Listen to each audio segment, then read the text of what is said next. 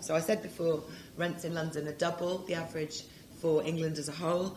At the moment, our housing costs are around about, the average home is around about £500,000, which is more than 10 times the average household salary.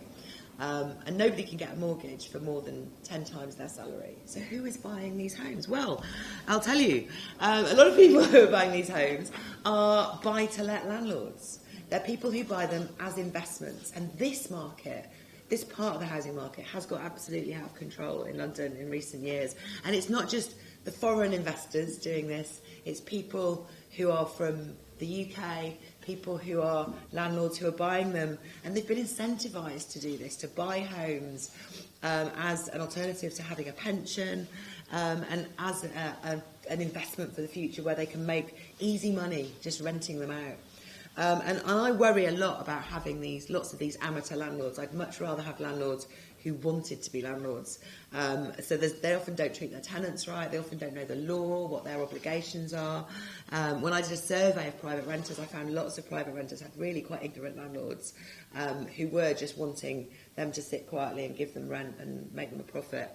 And I'm not sure that's really what we want. But also that these people are not just, these buy-to-let landlords are not just buying the new homes and pushing down the amount of affordable and giving the big developers the incentives to mainly build market rate homes.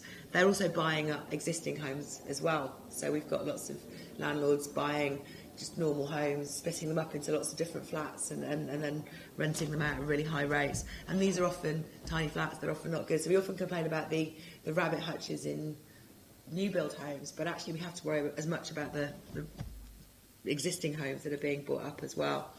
And the big developers, I think, are kind of one of the villains here, because they are constantly pushing the government to relax restrictions, to not affect their viability, to keep their profitability up on these schemes. Because otherwise, who else is going to build the number of homes we need? And again, it's this focus on just providing numbers.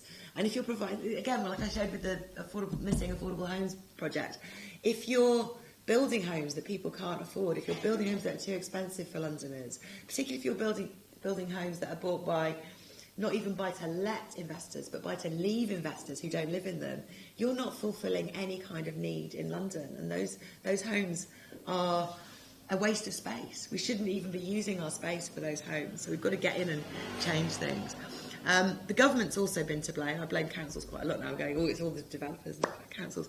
But actually, no, the government's really incentivised this. It's given tax breaks to buy-to-let landlords. It's been giving grants for just shared ownership homes. It's not been letting the mayor, for example, and councils around the country give their affordable housing grants out to anything that isn't a home ownership product. So councils haven't been able to use housing grants to put towards council homes, and the amount of grant got cut and cut and cut.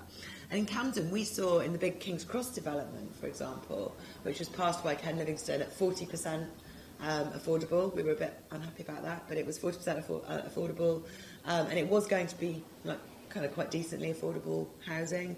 That got cut back at the point at which the government cut the grants. And really cheekily, the developer there had managed to ring fence. I mean, this is the place where they're building Google's new headquarters. They're making an enormous profit out of King's Cross Railway Lands. It's the bit north of King's Cross. And we'd fought and fought to get 40% affordable housing. We'd asked for more housing and less corporate HQs as well. And when they cut the grants, they came back and they'd got this bit in the illegal agreement that said, we will provide this affordable housing, provided a housing provider will take it off our hands.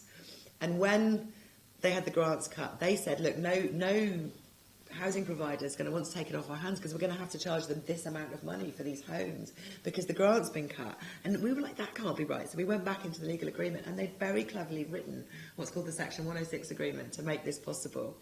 And there was nothing we could do about it. And it was the most frustrating thing I've ever seen. So the government cutting the grants didn't only make it difficult for councils and things in the future, it actually affected existing planning permissions in London. That boils my blood.